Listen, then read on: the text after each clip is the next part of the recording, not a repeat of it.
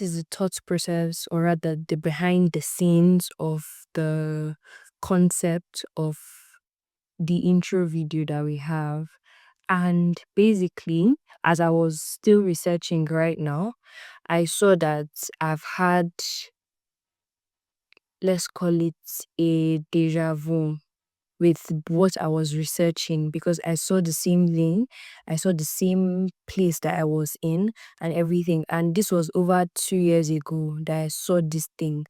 But see when it's finally coming to life in 2025, and that was in 2023. And it was not as if I was searching for it, but I was basically having a foreseeing of what God wanted to do.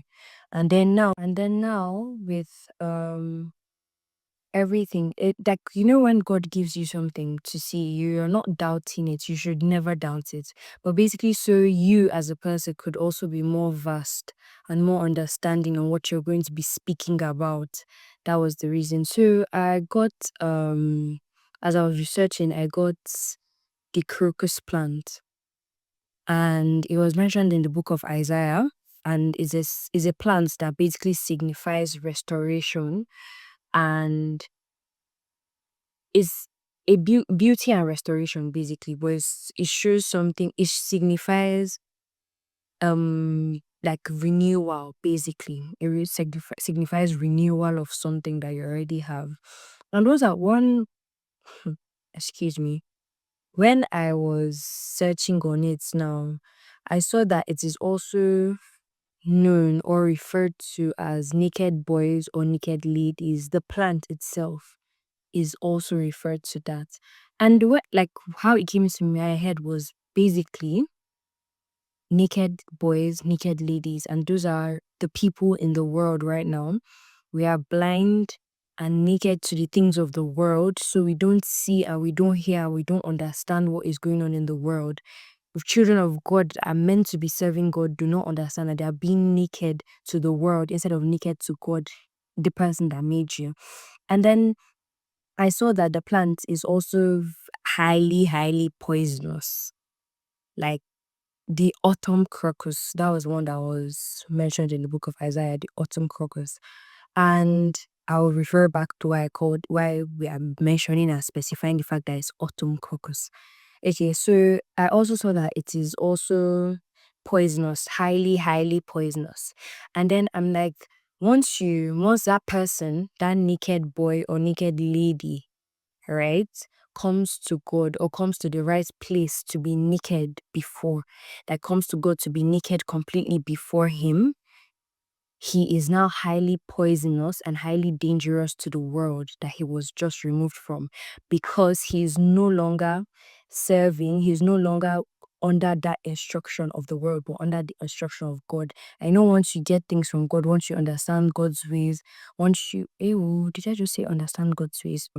It would take a long time doing that journey, but once you understand to a certain level how God operates, so there is a way that you would now be poisonous as a child of God. There's a way that once darkness sees light, it is it as poison, as something to run away from, because it doesn't want to get in contact with it. It doesn't feel like it can draw whatever it has, so it runs away because it knows it cannot fight it, so it flights. And that's basically the same way when darkness sees you as a child that is naked before God. You are poisonous to it because you're no longer of the world, and it runs away because it knows it cannot fight you. It can only fly away from you, fight or flight, if you get what I meant. And then now back to it being an autumn crocus, right?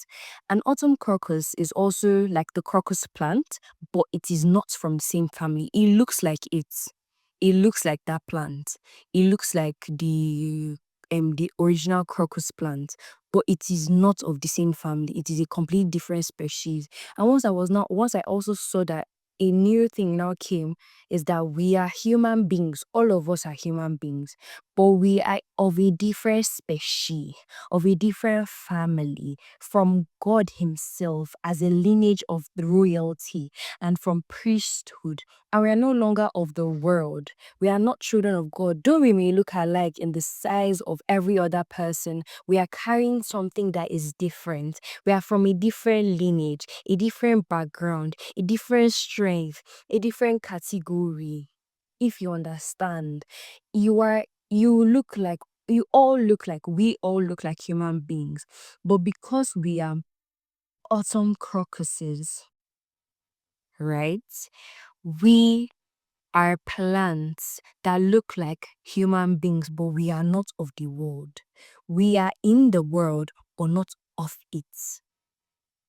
And honestly speaking, it is very, very at first, the entraling her, it was going to be the entraling her, not the entraling human.